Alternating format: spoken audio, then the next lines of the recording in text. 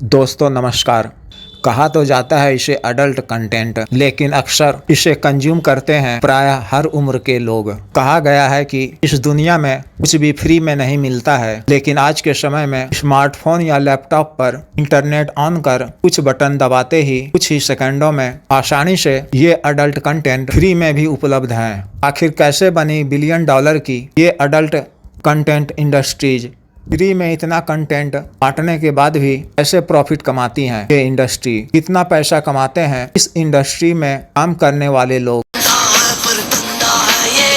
आइए आज इन कुछ अनसुलझे सवालों का जवाब जानने की कोशिश करते हैं। कैसे शुरुआत हुई इस इंडस्ट्री की और कैसे बना इतना बड़ा बाजार? सन 1953 अमेरिका में ह्यू हेफनर नाम का एक व्यक्ति करीब $8,000 की लागत से अपने किचन में ही एक मैगजीन तैयार करता है जिसका नाम था प्ले बॉय। इस मैगजीन के मुख्य पृष्ठ पर 1950 के दशक में अमेरिका की सबसे बड़ी पॉप आइकन मर्लिन मोनरो की कामुक तस्वीर छपी थी और अंदर के पृष्ठों में भी मर्लिन मोनरो की अर्धनग्न या यूं कहें कि न्यूड फोटो का संकलन था। यह एक एडल्ट मैगजीन थी। इसकी हजारों प्रतियां उस समय हाथों हाथ बिक गई, जिससे भारी मुनाफा हुआ। एडल्ट मैगजीन प्ले बॉय, जिसके मुख्य पृष्ठ के नीचे में लिखा हुआ था एंटरटेनमेंट ऑफ मैन, ने कामुकता को बेचने का एक नया कारोबार की शुरुआत की जिसमें बेहद मुनाफा था। इसके बाद 1980 के दशक में टेक्नोलॉजी के विकास से VHS वीडियो कैसेट का दौर आया। यह वीडियो कैसेट मोटे काले रंग का होता था और जिसे वीडियो प्लेयर से चलाया जाता था और यह टेलीविजन पर दृश्य होता था। वीडियो कैसेट के इस दौर में इस नई तकनीक के कारण इस किस्म के शौकीन लोग इस नए अनुभव से काफी रोमांचित हुए, क्योंकि वीडियो कैसेट आसानी से उपलब्ध हो जाता था और कुछ पैसे चुकाकर सुकून से घर के बंद कमरे में इसका भरपूर आनंद लिया जाने लगा। इसके बाद 1990 के दशक में इंटरनेट का आगमन हुआ तो ये अडल्ट कंटेंट इंटरनेट पर विभिन्न वेबसाइटों के माध्यम से उपलब्ध होने लगा। फिर किसी पोएट ने कहा कि एडोलसेंट के मौसम में तन्हाई के आलम में कमरे की कुंडी लगा आया, भी अकेला हूँ तो देख लेने दो, इंटरनेट ऑन करके ये नीला समंदर पी लेने दो। फिर सन 2000 का दौर आया। अभी तक ये वेबसाइट सब्सक्रिप्शन बेस्ड था, जिससे एडल्ट इंडस्ट्री के लोगों को अच्छी खासी कमाई हो जाती थी।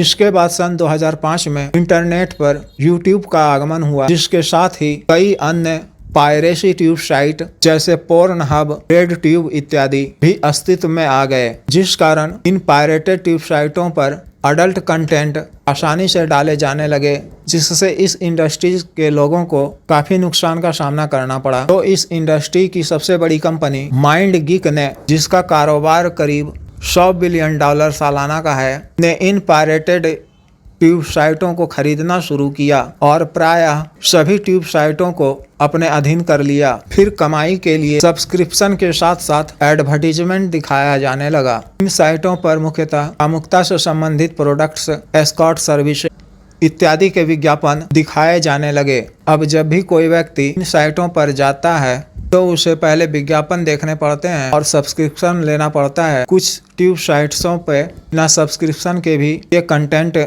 उपलब्ध हैं, लेकिन उन्हें एक के बाद एक कई विज्ञापन देखने होते हैं। इन साइट्स पर ट्रेलर के रूप में कंटेंट का कुछ हिस्सा मुफ्त में भी दिखाए जाते हैं। मोबाइल सर्च हिस्ट्री डेटा में 20% सर्च इस तरह के एडल्ट कंटेंट का है और करीब 13% वेबसाइट।